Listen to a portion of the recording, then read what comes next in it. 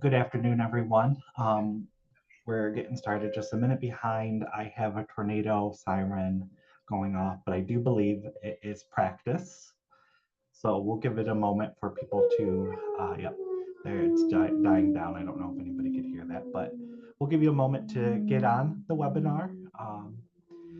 We're at 50 attendees so far. So I'll go ahead and share my screen and get through our introduction so we can get into the meat of this presentation. So welcome everyone to today's webinar, Working Towards Cultural Competency for Jewish Communities with Dr. Moeller.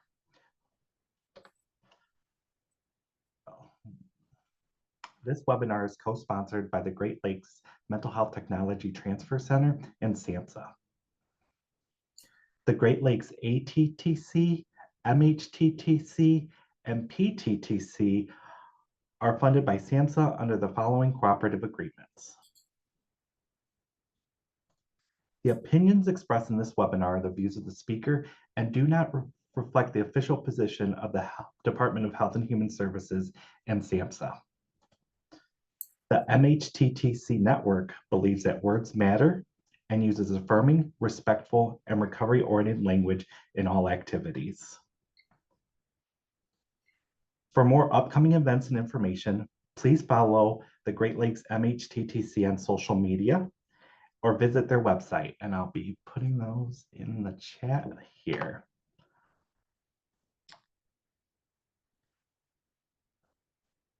So there's just a few housekeeping. If you're having technical issues, feel free to message me. You can always try logging off and logging back on. Sometimes that helps with connecting to audio in case you randomly can't hear anything.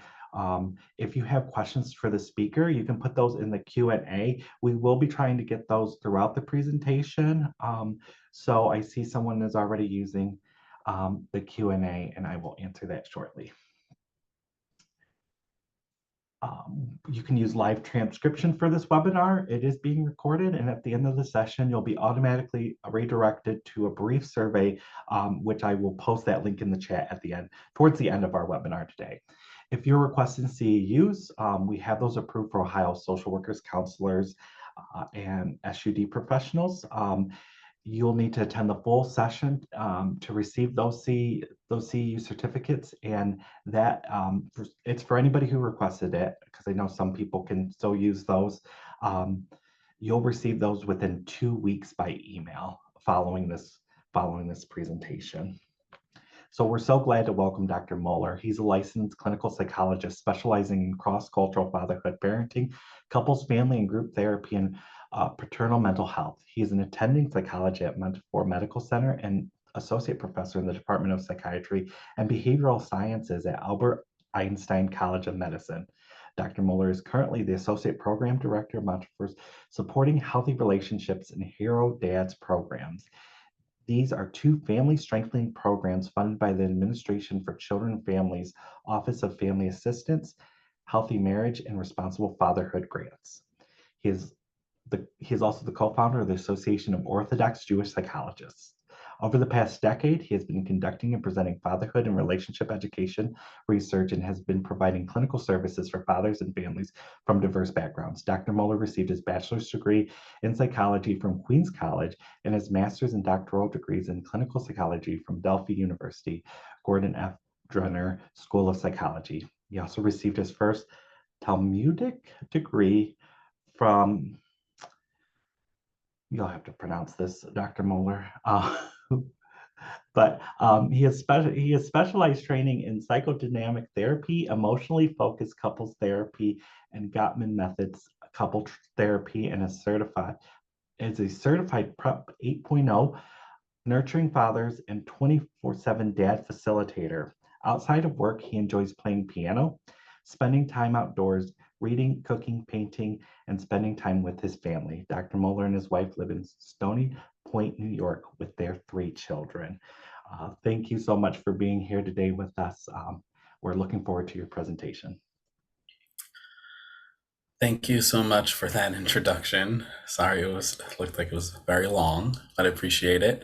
You said you're having a tornado warning. We actually in New York just had an earthquake. We haven't had an earthquake, I don't know, in over 10 years. Um, I didn't really feel it because I was actually at the gym during that time, and I thought someone was just obnoxiously dropping their weights. That's they sometimes do. So that's what I thought the noise was. But then I looked on my phone and it was an earthquake.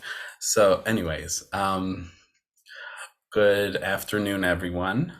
It is a pleasure to be here. I am going to be sharing my screen so you can all see. Hold on. Let's just do this and that. And um, Elijah, can we see my screen? We can. Okay. So let me present it now. Okay, so yeah, today we're going to be talking about working towards cultural competency for Jewish communities. Now, I titled this as working towards because cultural competency there is a big goal, and we're not going to be able to cover everything in 1.5 hours. The same way we may not cover everything in EMDR training in 1.5 hours, or some DBT right course. So we're working towards it, and hopefully this is going to be helpful for you in your clinical practice or in your everyday life. And I do like having questions throughout the webinar. So if you have some question, please put it in the chat and or in the Q&A, and we will hopefully get to it. Okay, so let's get started. So here, this is our overview. We're going to try to get to all of these points, and a lot of them I am touching the surface on them. But again, if you have more in-depth questions, please ask, and if I'm able to answer, I'll answer. And also, just so you know, I identify as Orthodox Jewish, and we're going to talk about the different types of Judaism. And so therefore, I'm more of an expert on Orthodox Judaism, may not be as an expert on other forms of Judaism, but I will try, and forgive me if I may make some error or maybe a little confusing. But here we go.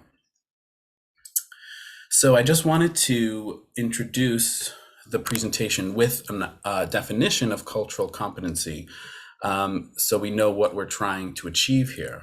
So according to the American Association for Health Education, cultural competence is the ability of an individual to understand and respect values, attitudes, beliefs, and mores that differ across cultures, and to consider and respond appropriately to these differences in planning, implementing, and evaluating health education and promotion programs and interventions.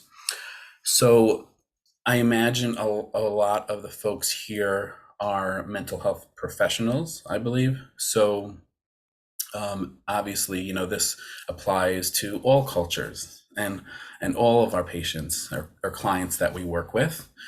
So we try to be as sensitive and as understanding, as open-minded as we can. And the more we understand and learn about other cultures, the better prepared we are when we work with them. So right now I have a poll that I want to ask the audience.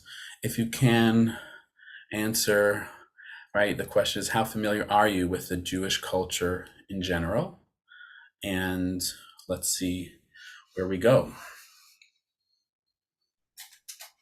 About 65% participation. We'll give it a couple more seconds. Mm-hmm. Yeah, I think everyone answered. 100%. Wow.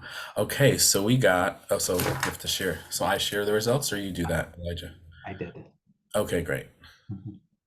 So look at that. So we have 10% of our participants, so 6 individuals said they're very familiar, 40 individuals, 67% somewhat familiar, and 23% not familiar.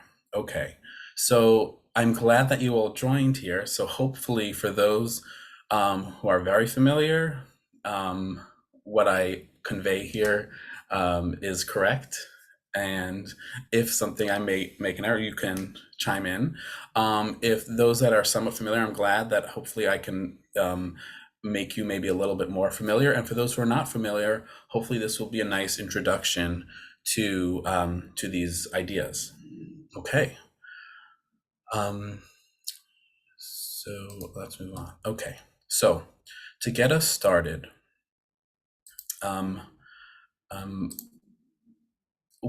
in general, we have three denominations of Judaism. Now, there are some other newer ones, maybe like Reconstructionists or others, but for the most part, these are the three denominations of Judaism within the US. It starts, as you see, Orthodox, Conservative, Reform. Orthodox is, let's say, the most traditional out of all of them. Reform is, let's say, the least traditional, and conservative is somewhere in the middle. And I'm going to talk about the differences between them now. So about, let's say, 300 years ago, for the most part, people identified as Jewish, they fell under this category of orthodoxy, that they were observant, religious, and they followed traditional beliefs and values and laws and customs.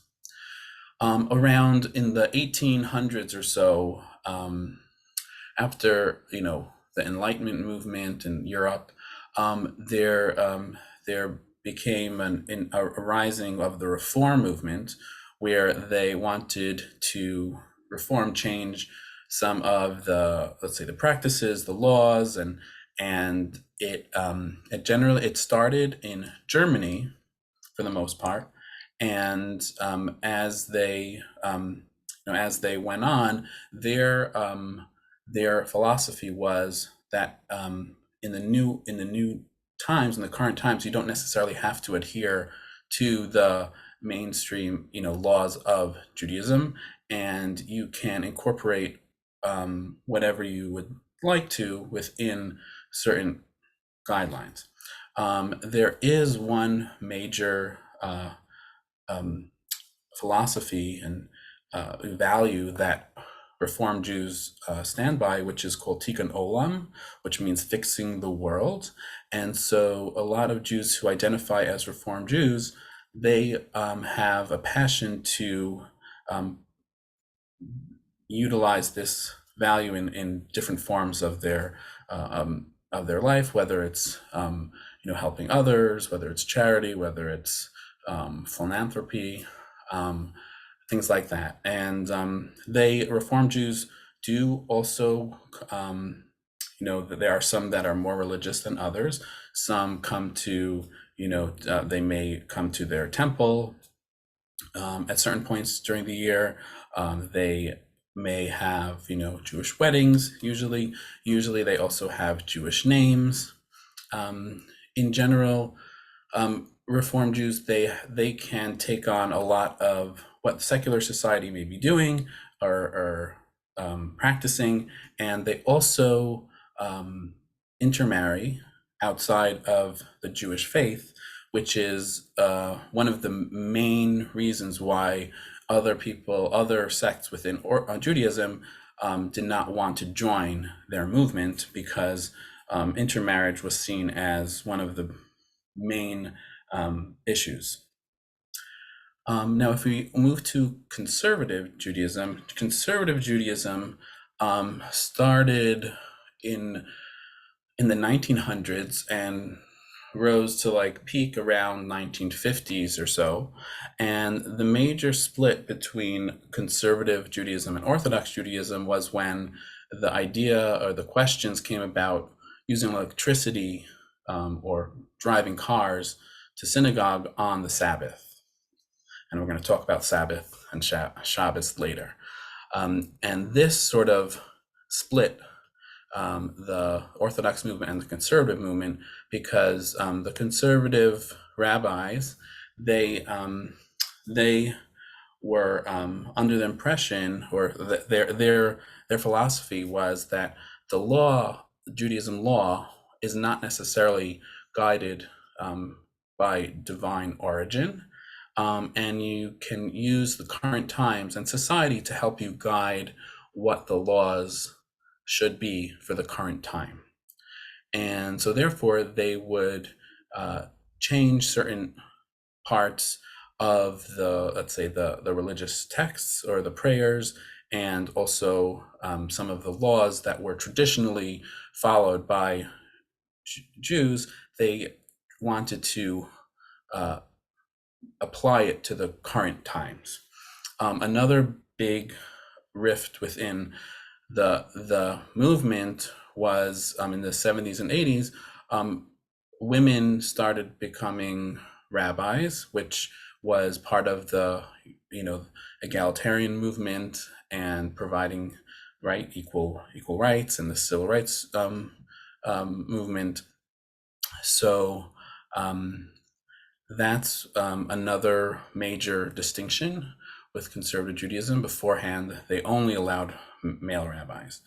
But the thing also with conservative Judaism is that they generally frown upon intermarriage, which separates it from Reform Judaism.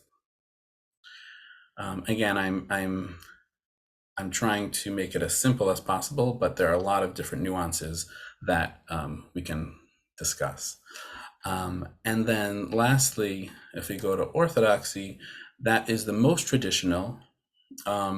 It does have the largest population of Jews, and they adhere to the laws that were given to Moses originally, 2,000 or so years ago, and they believe that the laws are of divine origin, both written and oral law, and they are very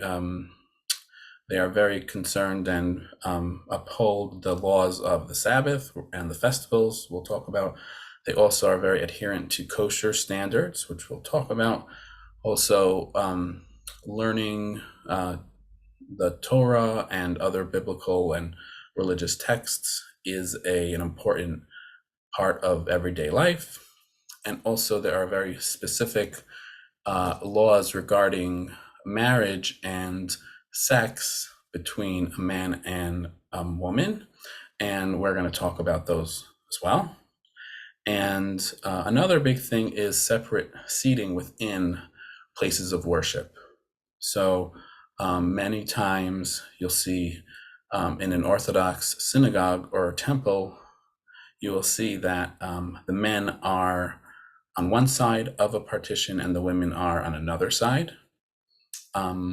Whereas in conservative and reform places of worship, there is no partition.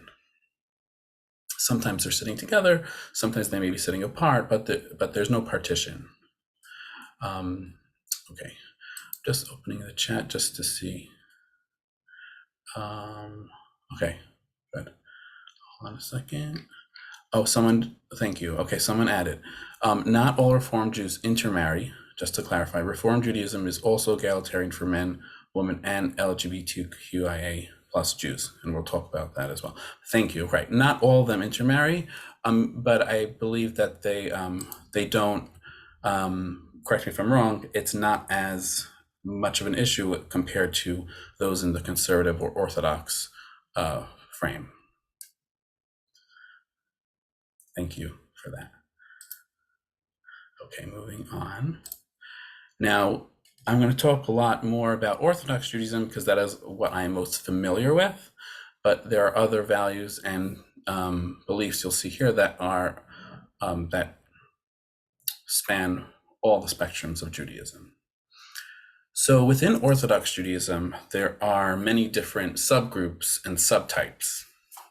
One major differential is Jews that come from Ashkenazi, and this actually applies to all Jews, not Orthodox Judaism, about being Ashkenazi or Sephardi. There are Jewish people that Ashkenazi technically means Germany, and And these are the Jews that come from Europe generally, Eastern Europe, and Sephardi. These are generally the Jews that come from the Middle East or the Mediterranean area. Ashkenazi Jews, right, populated Europe. Sephardic Jews were around the Middle East and North Africa, like Morocco. There's but a lot of Asia as well. And within Orthodoxy, there's a continuum of those who identify as ultra-Orthodox, which some people also consider Hasidic, or call them Hasidic. And Hasidic or ultra-Orthodox Jews, you may have seen them, or you may have seen them portrayed in film or TV shows, who have generally have large fur hats. They may have curly hair coming down their sides, beards, and they may also wear traditional clothing from, let's say, 100, 200 years ago, from when they were living in Europe. They are Hasidic, and there are also many denominations, different types of Hasidic Jews. And then all the way on the other side of the spectrum, we have those who consider themselves modern Orthodox. I consider myself a person from a modern Orthodox identity. And those who are modern Orthodox tend to incorporate a lot of secular and society, things from today, in the modern world, incorporate that into their Judaism, and still keep to the laws that abide by the same laws.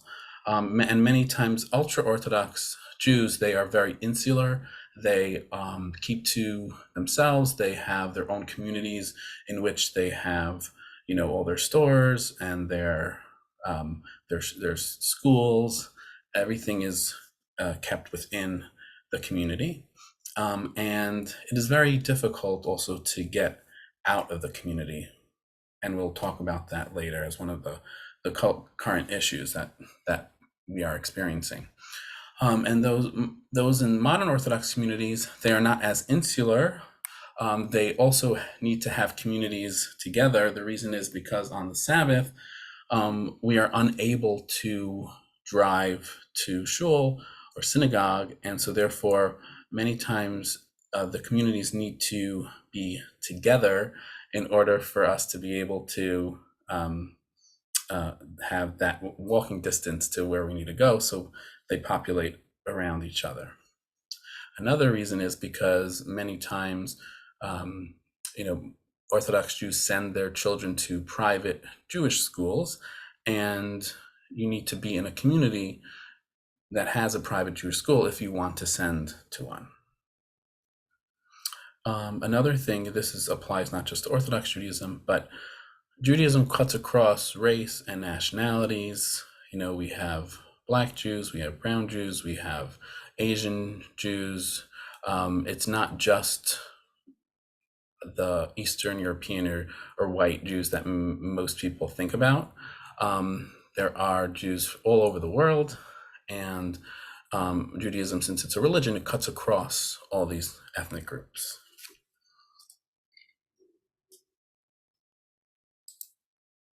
Okay. Oh, I think let's hold on a second. I forgot to ask some other polls.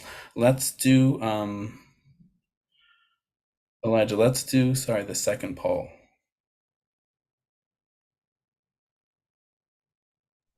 So the second poll is, how often do you work with Jewish clients?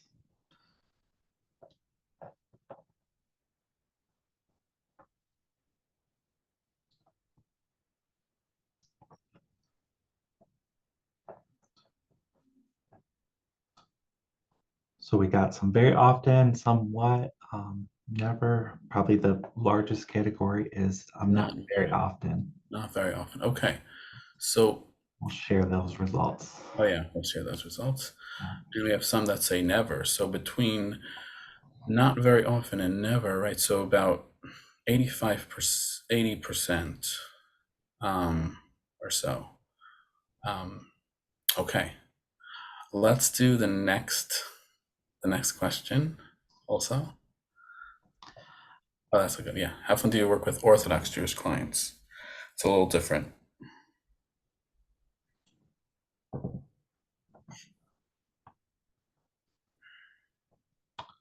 So we have great participation. Thank you, everyone. Yeah, thank you. Yeah.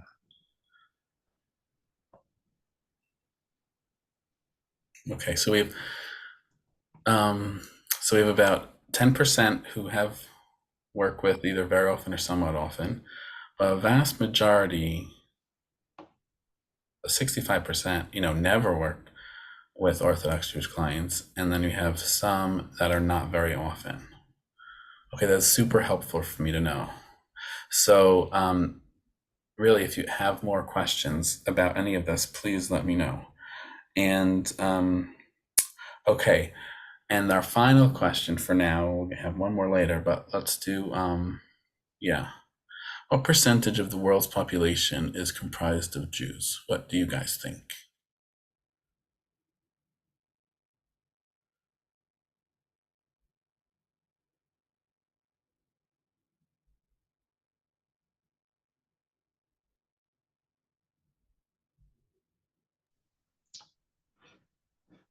This were a race, it'd be really close.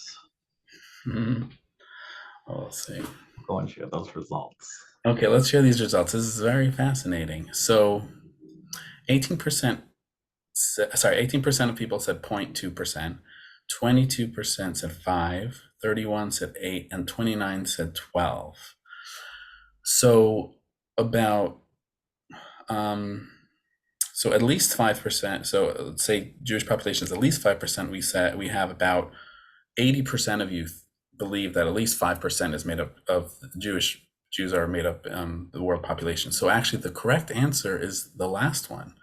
Correct answer is actually 0.2% of 2% of the population of the world is made up of Jews. It's very interesting that it may seem bigger based on, let's say we're going to talk about, current events, but it's actually very, very small. Let's close the poll. I think there may be some Messianic Judaism, right? Okay, so I am not familiar with that, so I'm unable to talk about that. Yes, very surprising, right? Someone said they're very surprised at 0.2%. Yeah, that is surprising. So let's talk about that. So yeah, it's, we have billions of people in the world. I know 15.7 million is a large number. But compared to the rest of the world, it's a very, very small number. And also this is by the Pew Research Center, and this includes anyone who considers themselves Jewish, even if they, even if just one parent is Jewish. There are different ideas of who considers a person Jewish. In the Orthodox faith, the mother needs to be Jewish in order for the child to be considered Jewish. In other sects of Judaism, even if the father's Jewish, the child is also considered Jewish. So it's including all of those. In the world, we have 2 million Orthodox Jews, and within North America, which is relevant to us, we have 6 million Jews in North America. Now, this has been current events the past 6 months, definitely within the Jewish world. I don't know how much within the the agencies or the populations that you work with, but the current events and anti-Semitism has been a large part of clinical focus and definitely political and societal focus since October 7th. And we've seen an increase of 360% of anti-Semitism since October 7th, and this was reported in January. So I imagine, I don't know, I hope it didn't increase, but maybe it has.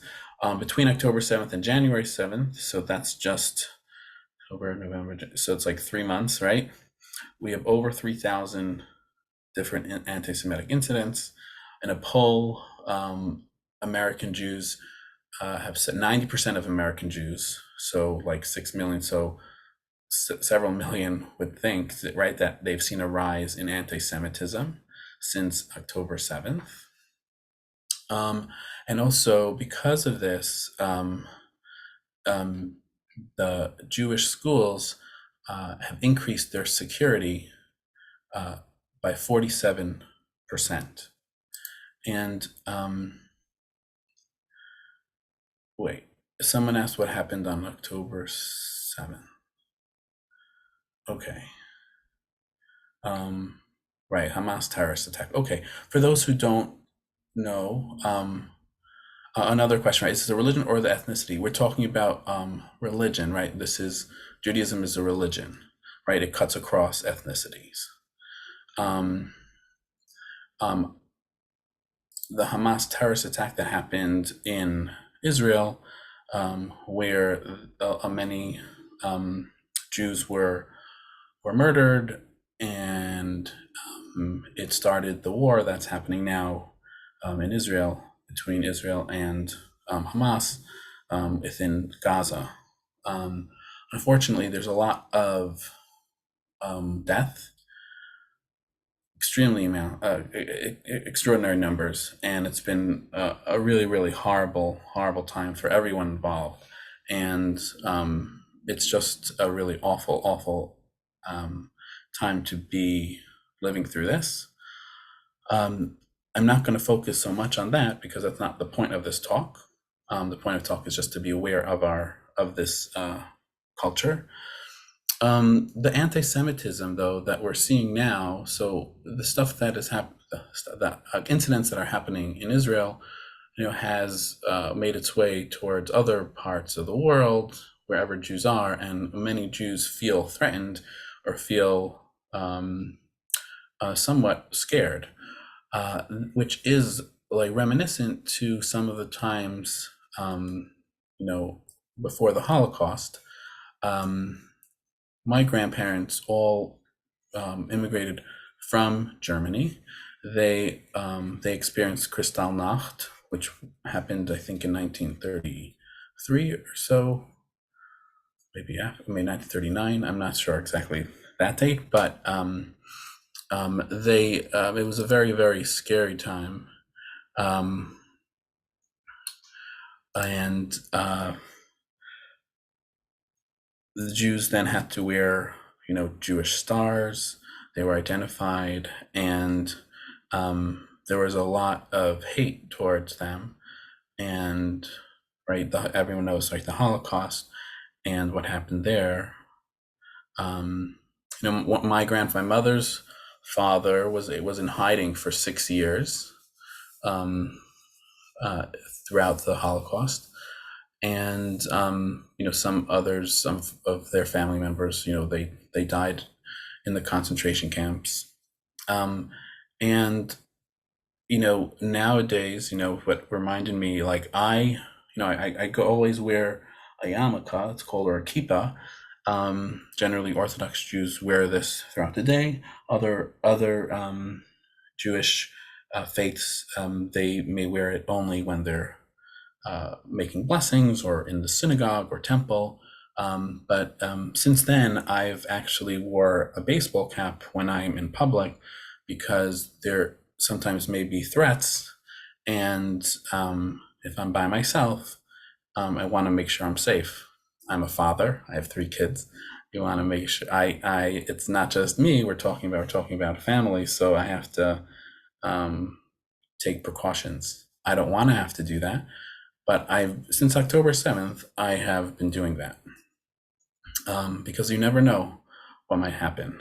And it's something that children are taught at an early age I was taught this right throughout schooling that the Holocaust, the reason why we've learned about it and the anti-Semitism that has happened throughout the years is because even though we're in a world that has free speech and that is welcoming of all faiths, there still could be a time when anti-Semitism rises again, and there are people that want to kill us, things like that. And unfortunately, there are some groups that have said that, and it's something that we don't want to take for granted, the freedom that we have. I just wanted to answer some of the questions in the chat. Did you say that if the Jewish mother is Jewish, the children are Jewish? Then I thought I heard if the father is Jewish, children are Jewish. Clarify the statement. So I said, according to the Orthodox Jewish faith, it goes by the mother. If the mother is Jewish, then the children are Jewish. In other faiths, like in Reform, even if the father is Jewish, the child is also considered Jewish. For Orthodox Judaism, if the father is Jewish but the mother is not Jewish, the child is not considered Jewish.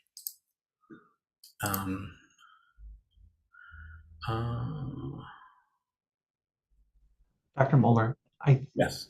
can you maybe talk, and I don't, maybe you'll get this in your presentation. I think when you say we're talking about Judaism as a religion, I think people might be filtering it through their lens of what religion is.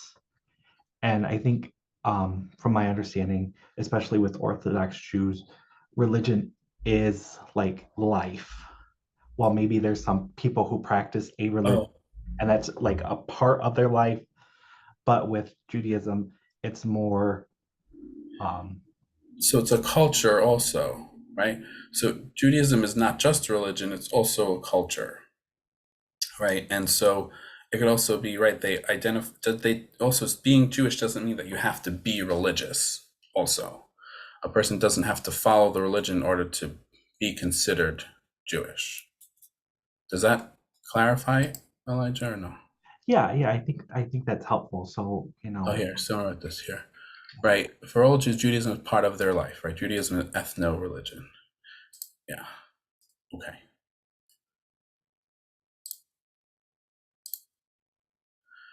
Okay. So we're going to talk a lot about these different aspects. So some of the core values and customs are here, and these generally cut across, different aspects of Judaism. So the places of worship are called synagogues or shuls or temples, and these many times they congregate on the Sabbath, which is Saturday, or Friday night. There are some people that come every day to pray at the synagogue or their shuls. Some also come in the evening times.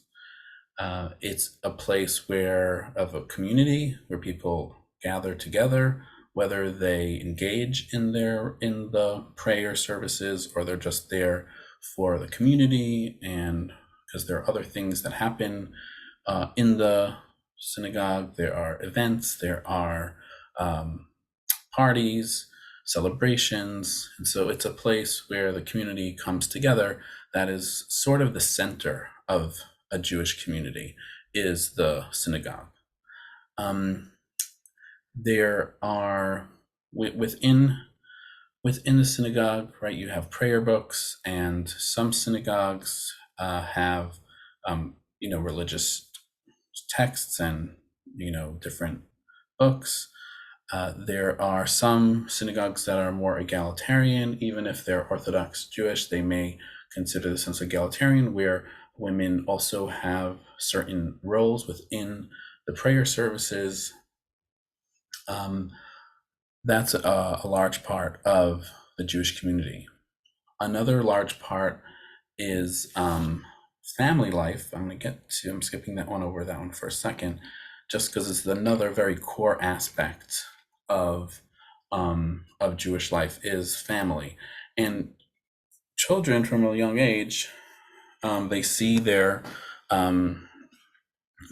families, and they're taught that family is very important, and the idea is that you're going to be getting married when you get older, and that you're going to be having children. It is a very important value that is passed down from generation to generation. Some say it's because it's a divine ordinance that you should have children, right? It says in the beginning of the Bible, right, be fruitful and multiply. And also after the Holocaust, people wanted to make sure that the Jewish people continued on. So they want to make sure that generations continue in the future. We'll talk a little bit about Zionism versus Judaism, because that is important during the current times. Now, Zionism and Judaism are separate ideas. Of course, there are many different explanations or ways to talk about it. But in general, and also within Judaism, there are a lot of different beliefs about this. So not all Jews are necessarily Zionists. Zionists, let's talk about what that means. A Zionist generally means someone who is in support of the state of Israel, and believes that the state of Israel is important for the Jewish people, and that it is their homeland, and it is important to keep that going. Now, there are some parts of Zionism that people may take to an extreme, and the way that the state of Israel was formed, I'm not going to talk about that now, because there are a lot of different opinions about that also. But that is generally the belief, that supporting the state of Israel, and that it's a very important goal to have, and maybe to move there one day. Also, for those who don't know, that in Israel, when they created the state of Israel, they said that any Jew, no matter what is happening, they always have a place in Israel. They can always move there whenever they want. If they're Jewish, they can move there. Now, so, and then there's some people within even the Orthodox Jewish faith, even the ultra-Orthodox, that do not believe in Zionism. And they believe that, I was brought up not necessarily supporting Zionism. I come from a German Jewish background, and the idea was that Israel will be the Jewish nations when the Messiah comes, and so that it's not our responsibility to do that beforehand. So there are some people that are not supportive of Zionism. Doesn't mean that we don't support our Jewish families. I have a lot of family there to live there, but there are different values specifically there, with nuances about how you approach it. So those who criticize Israel, that doesn't necessarily make it, that in itself is not anti-Semitic, but there are some times that there are some people that that are anti-Zionism. They're characterized by the vilification and they ostracize anyone who supports Israel's mere existence. That can fall under the term of anti-Semitic, because they're saying that it shouldn't exist, and saying that the people within it shouldn't exist. So that, and then of course, if a person is experiencing anti-Semitism in a place that has nothing to do with Israel, that's something to do just with their being Jewish, right? That's anti-Semitism. but you don't have to agree with Israel or Zionists. That doesn't make a person anti-Semitic. So let's talk about kosher. So kosher food is something that I'm sure people have heard the term, kosher salt. I don't know if people know where kosher salt comes from, but kosher salt actually is part of the process that Jews use to make meat from a cow.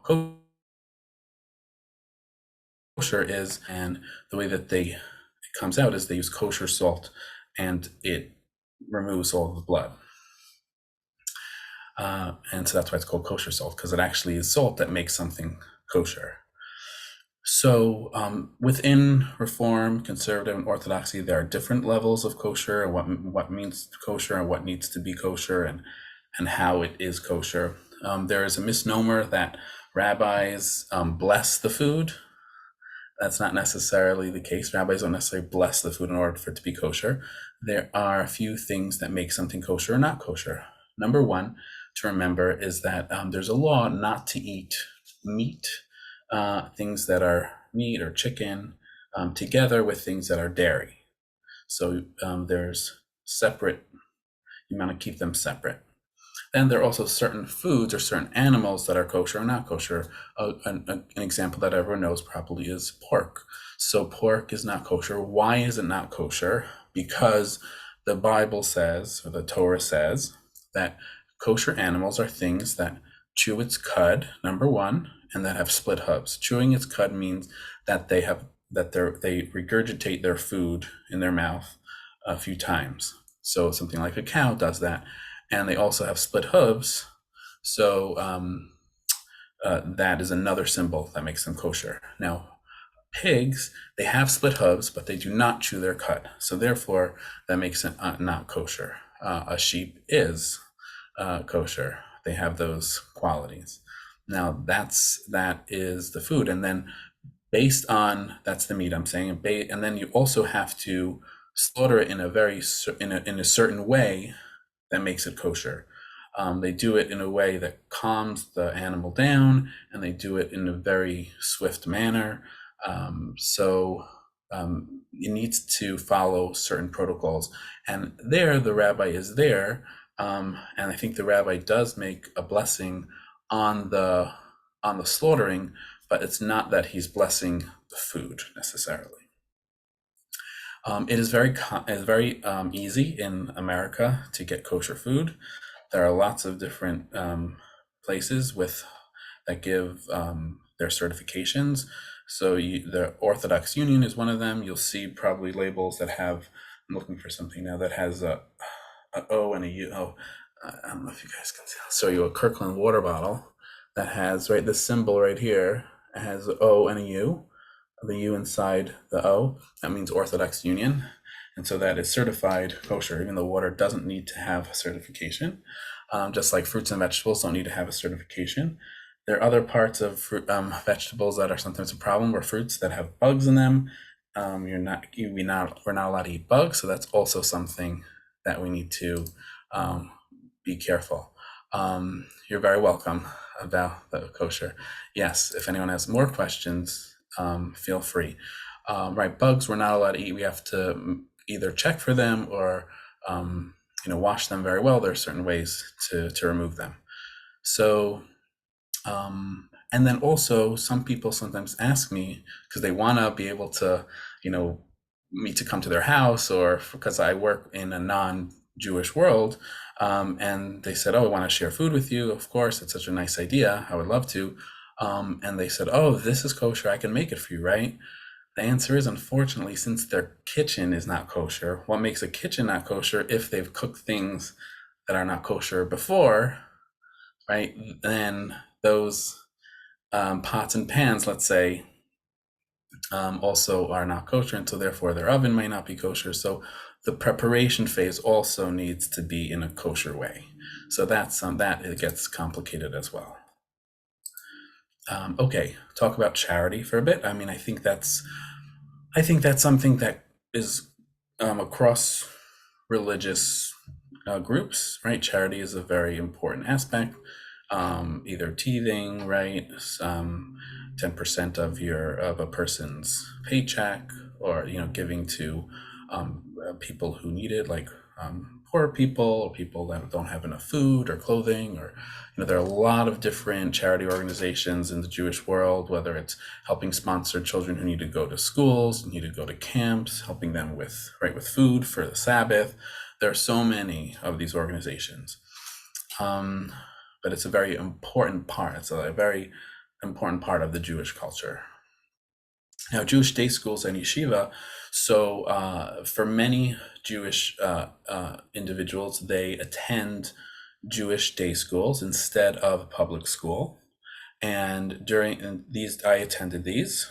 And in the mornings, we have our religious studies, and then in the afternoons, we have our secular studies. Math, English, science, all those.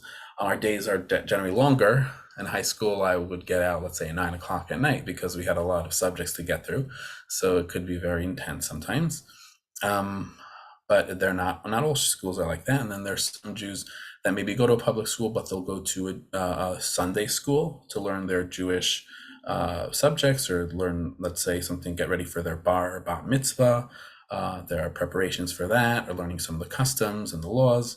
So there are different ways that people engage in schools for their children.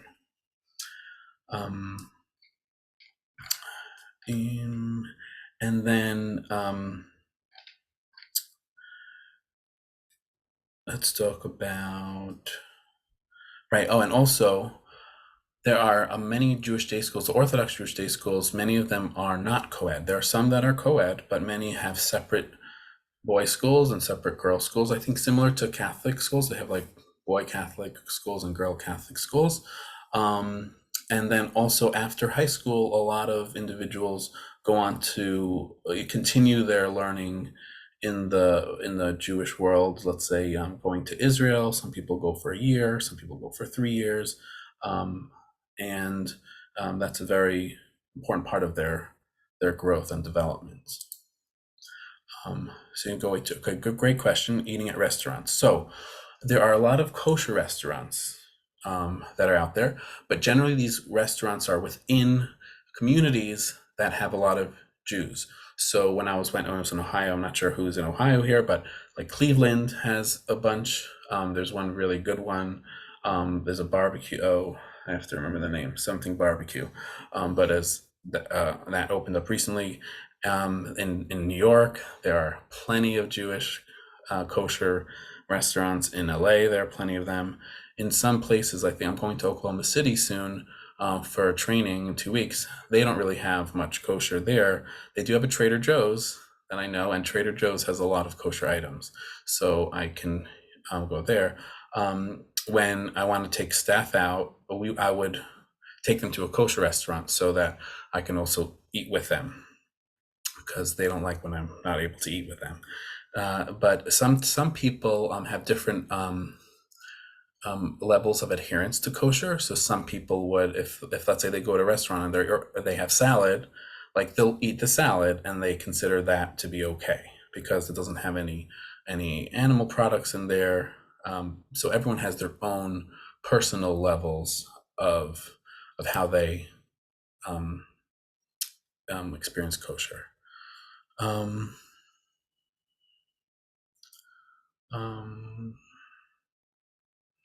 Okay, good. Okay, now what is my next slide? Okay, so now there's some very orthodox specific customs that I wanted to talk about. So number one, as I was mentioning earlier, was something called Nida, which some of you may be familiar with, some people not. So when a woman, when men and women get married, they have certain laws regarding marriage and regarding sexual behavior. And one of them is called Nida. When a woman is menstruating, they're not allowed to have intercourse, and for those, let's say 5 or 6 days, and then 7 days post as well. And they call them the clean days. And at the end of the 7th day, the woman dips herself in a ritual bath, and and then she is ready to have sex again, and the couple is able to unite as again. And so there are certain laws regarding that. And during that time, there are laws that they're not allowed to even touch each other to prevent them from having sex. And there are a lot of different ways in which people follow this. But this is one important part of Orthodox Judaism in their sexual life. We're going to talk about how that may interfere with some mental health issues later on.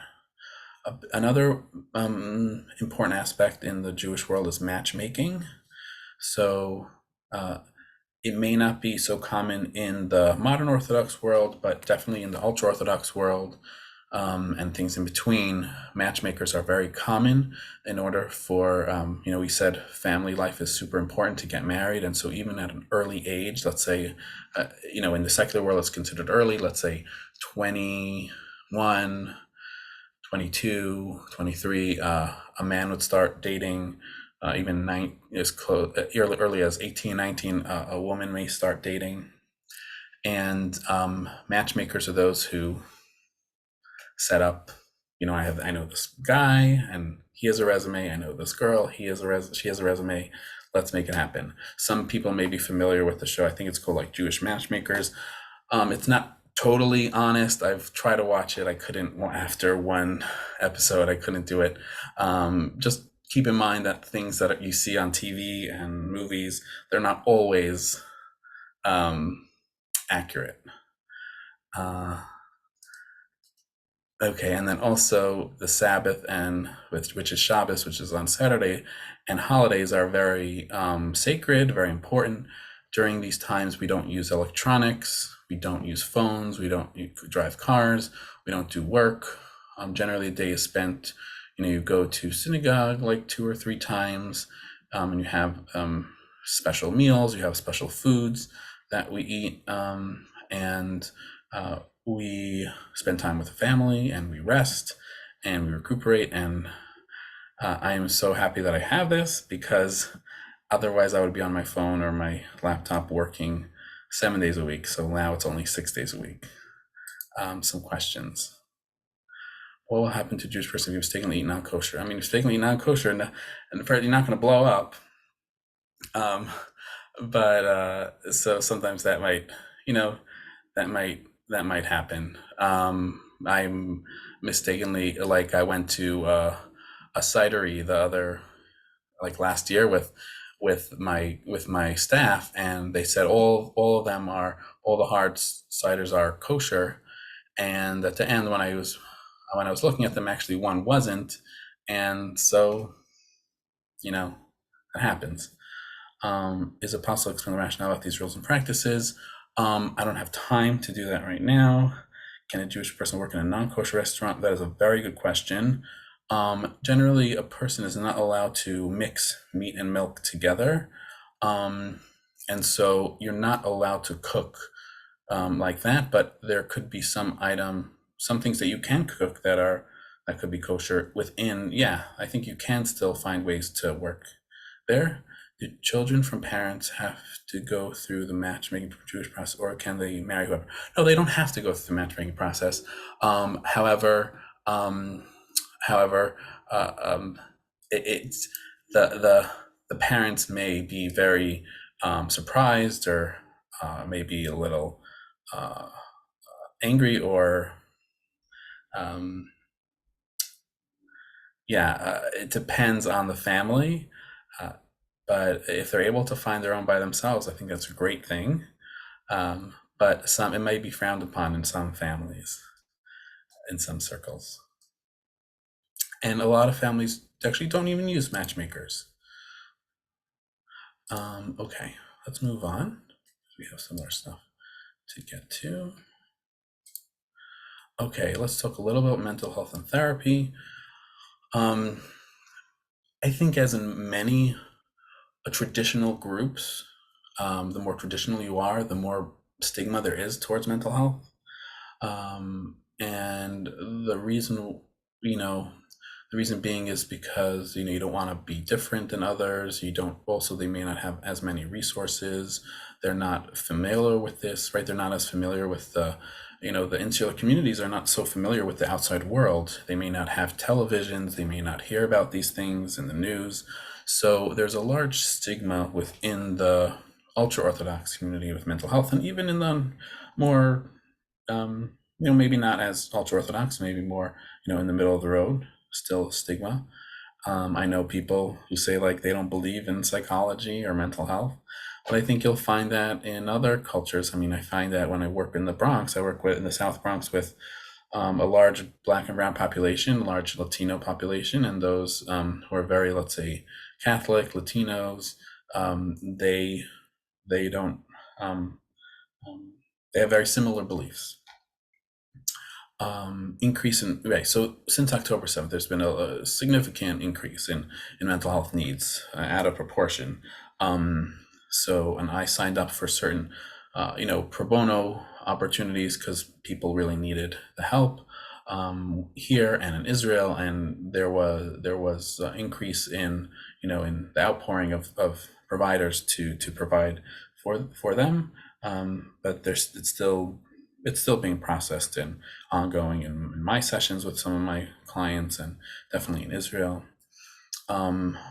What's nice about the large Jewish communities, they have their own mental health centers. Like where I live in Rockland County in New York, they have several large mental health centers that provide a wide range of services with a lot of actually Jewish providers, so that they are familiar with the culture and the different issues. And so they have even intensive outpatient units. They have eating disorder programs. They have, and there's a hospital here in New York Presbyterian that has an inpatient unit specifically for Orthodox Jewish clients. And so they have kosher food on that unit. They are able to provide them with the different needs that they have in order to continue their service if they want it. So the problem is, though, when you have Jewish families or communities that are not as big, so they don't necessarily have the infrastructure to provide all those robust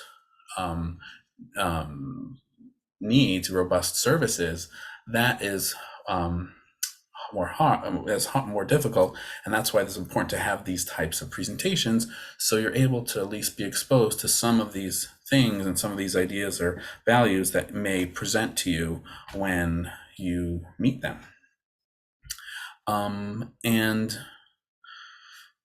Working with Orthodox Jewish clients, may be a little bit different than working with just general, like other Jewish clients, let's say conservative or reform, or those who are actually not affiliated, right, or just identify as being Jewish, because Orthodox Jews feel like there are different rituals and laws, and it feels more constricting. And so things may come up in the therapy that you may not be aware of, or that you may need help navigating how to engage in therapy with them. Here are some ideas and some issues that may arise, or things to be aware of within the Jewish communities, specifically the Orthodox Jewish community. So number one is the financial burdens. Scholars have mentioned that between private school tuition, kosher food, ritual services, and also the idea of having several children can contribute to these financial burdens. I know that myself, even though, thank God, I have a good job and I have things going for me, it's still tough because private schools are expensive, the food, everything just adds up.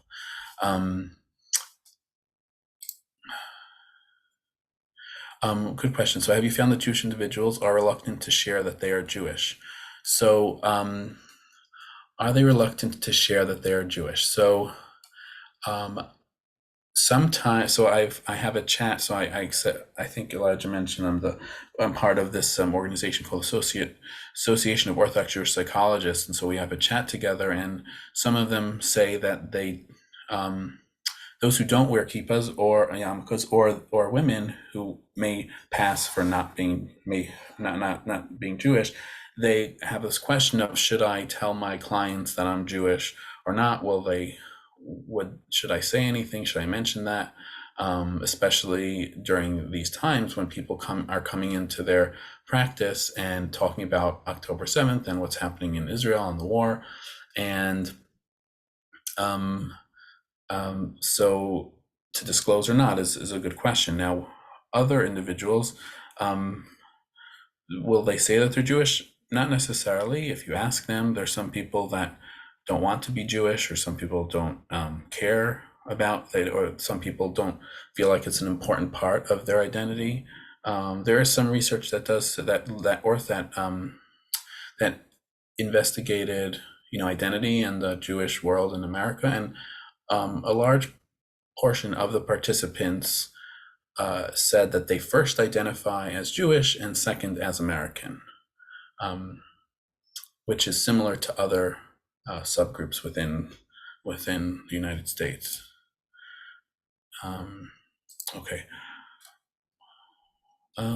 Okay. So the next thing is OCD and religious rituals. So this is common within the treatment room, where you have religious rituals or laws that can seem, let's say, arbitrary, that can seem very strict, and then you have someone with OCD, right? And so how do you tease those apart? So, right, are they being careful, so careful because that's what the religion requires and the laws require, or is this a real bona fide mental health disorder?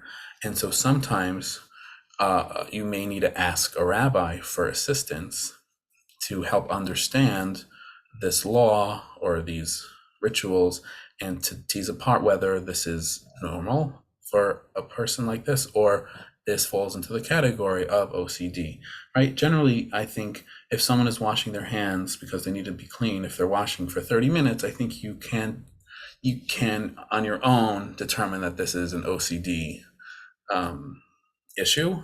But sometimes it may not be so clear cut, and that might be a good idea to consult with a rabbi or another colleague who is familiar.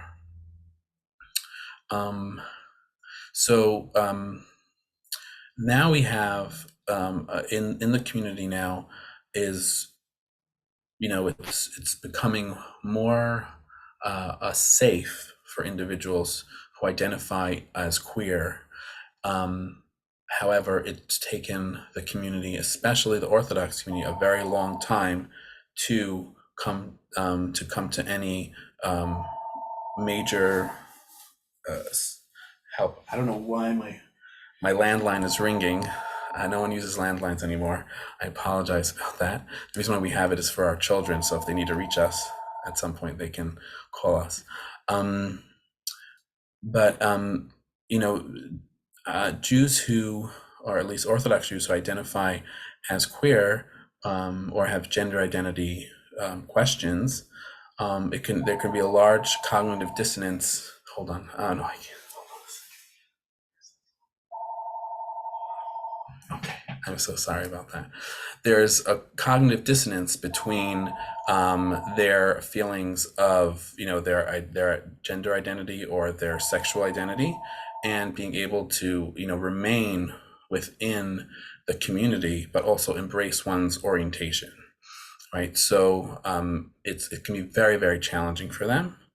And over the past 10 years, there have been significant improvements in the mental health area regarding this. There are organizations that help the individuals themselves to help them become either more aware and more accepting. And there are also organizations that help family members, so parents and siblings who may have, let's say, a gay or queer sibling or child and how to become more accepting and more understanding and more welcoming to them. I think someone earlier shared that, yes, I think the Reform Jewish movement has been a lot more accepting and more open-minded much earlier than the Orthodox movement. And there's a long way to go still, but they are increasingly becoming more accepting. There is also something called the shidduch crisis. We talk, shidduch means a match. So there are a lot of unmarried folks, like single adults, and as we said before, family is such an important aspect of Jewish culture, and parents and grandparents can always be asking, oh, when are you getting married, or when are you having kids? Like it's an expectation. A lot of my patients have said, who don't necessarily identify as Orthodox, but their grandparents are still asking them when they're having kids, and they're like, I'm not ready. May not have kids. But as we said earlier, kids grow up knowing that the expectation is to get married, and so therefore if someone's not married, let's say by 30 or 40, it can become a crisis, and it's a really big deal. And since that is an important value, people want to be able to accomplish that, but then also there may be judgments from people within the community if they're not married, or they may say, well, why aren't you married, or why don't you want to get married? Because it's such a it's taken for granted that everyone is going to be married. One thing that has caused the shidduch crisis has caused is a increase in eating disorders within the Orthodox Jewish community. There was a study that found that young women who are dating have 50% higher chances of developing an eating disorder, or 50% of them, higher than the average of those in non-Orthodox Jewish families, 50% greater of eating disorders. So because there is this idea that you need to look good and look slim, and otherwise you're not going to find a match. And another issue for the shidduch crisis of the mental health stigma. Like if someone has, let's say, some diagnosis, then they may not be matched up with someone because there is this, this idea that, oh, any mental health issue is not good. But everyone has something. We know this, right? Every family experiences something. There's mental health issues all over, and no one could really avoid that. Some other things, like we said before, we mentioned nida, mikvah. Mikvah is the ritual bath, and OCD. So there are a lot of women that, because they're within this process of preparing oneself for the ritual bath, there are specific laws like cutting one's nails, making sure there are no hairs, like spare hairs. Like you don't have to cut off your hair, but there are certain you have to take off nail polish. So there's some women that can get really, really obsessive about this and compulsive, and so therefore rabbis need to be consulted, and there are ways to work through this. Another important aspect to remember is we value children and procreation, and so therefore birth control may not always be the method of use for couples. There are a lot of couples that do use it. Sometimes they need to ask a rabbi in order for them to get permission to use it. And these are all important when someone is engaging in a couple with couples therapy, to know some of these important laws between partners. There's also important to remember that just like other highly religious and insular communities, sexual education is not necessarily provided in the like in middle school or high school, because the idea is that you're not supposed to have sex before you get married. So why do you need to learn about sexual education? And we know as mental health providers that's not necessarily the best way to go about it. But so therefore, the individuals may grow up not knowing enough and need a large amount of mental health, sexual health education when they get married. Another issue is if someone is working with someone with sex therapy and masturbation comes into the question, and that might be used for some treatment, that also may be an issue if they are against masturbation. Okay, can you share the source for eating disorder statistic? Yes, the eating disorder statistic. Oh, sorry. I'll share that, but again, it is. It's 1996 SACR. I have to. I have the. I have the reference here, but I can share it. What if one falls for someone not of Jewish faith? That happens. I am working with a woman. She's about 26, and she has a boyfriend, an Indian boyfriend, and her parents may not be so fond of that, but that happens, and she feels like she wants her kids to grow up Jewish, and they work through that. Is there any research that indicates higher frequency of OCD? Okay, that is very good. Actually, so you would think yes. Sorry, this is a good question. I don't know if everyone sees it. Is there any research that indicates a higher frequency of OCD among Jewish people, or that the rigid rituals contributed to OCD? This research was done. I need to know the actual source, but they found that no, it's not higher in the Jewish community than in non-Jewish. I would think that it is, but it's actually not. The rigid rituals contribute to OCD. I think that can definitely be possible. I'm not sure if there's research on that. That makes a lot of sense, though.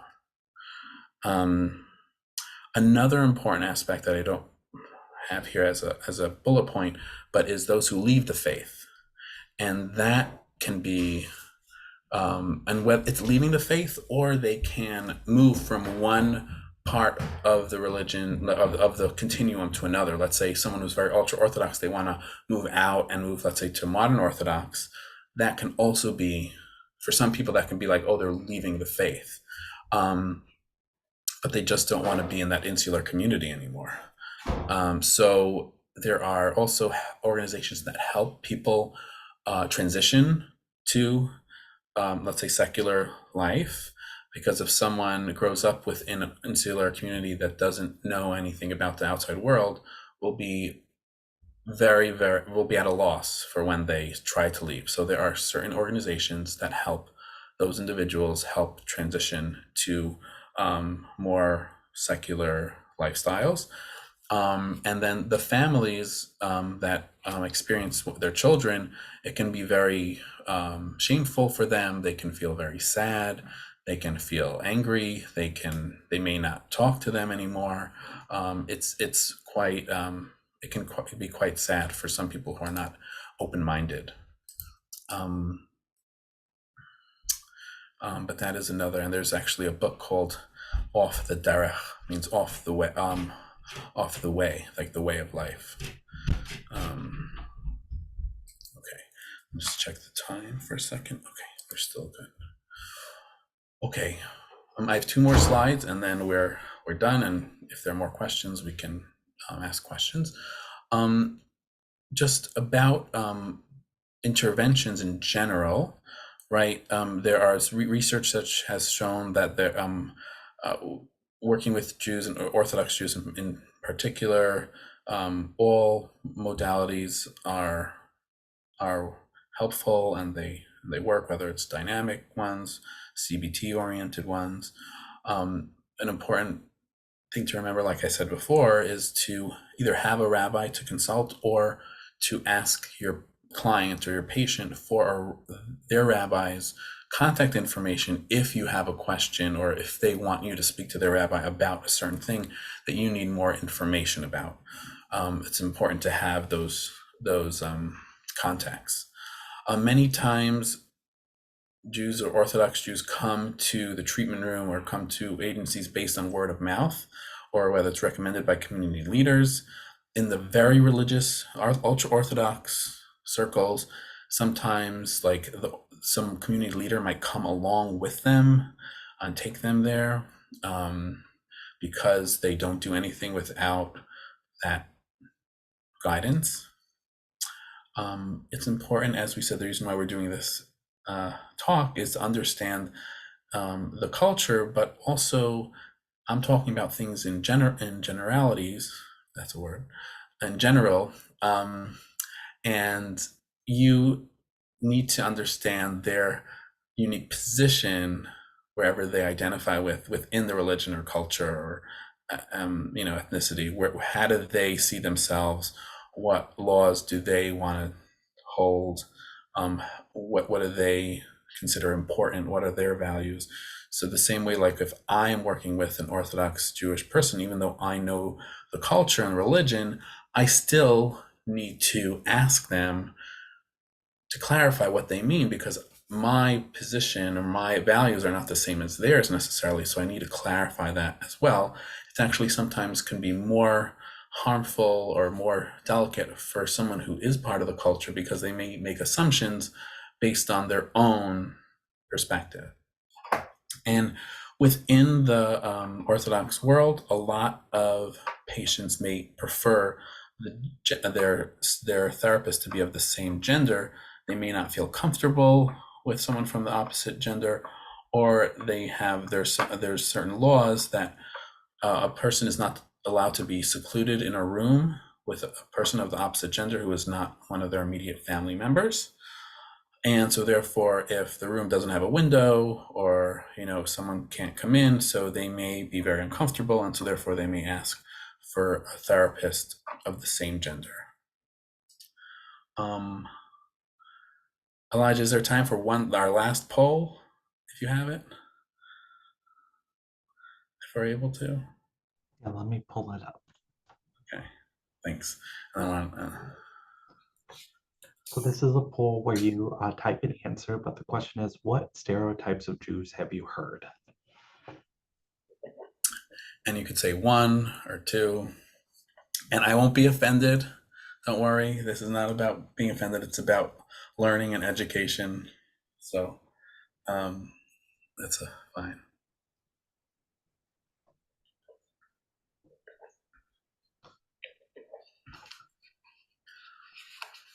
I think we'll see the results when we end the poll. Okay. That's what I'm hoping. Mm-hmm.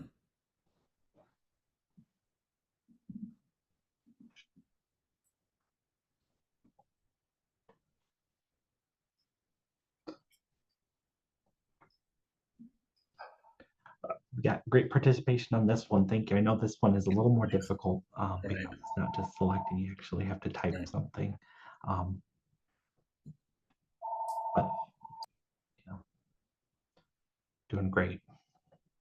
Give it about 30 more seconds here. If anybody else has a stereotype, 1, 2, or 3, that they've heard about Jewish people or Jews.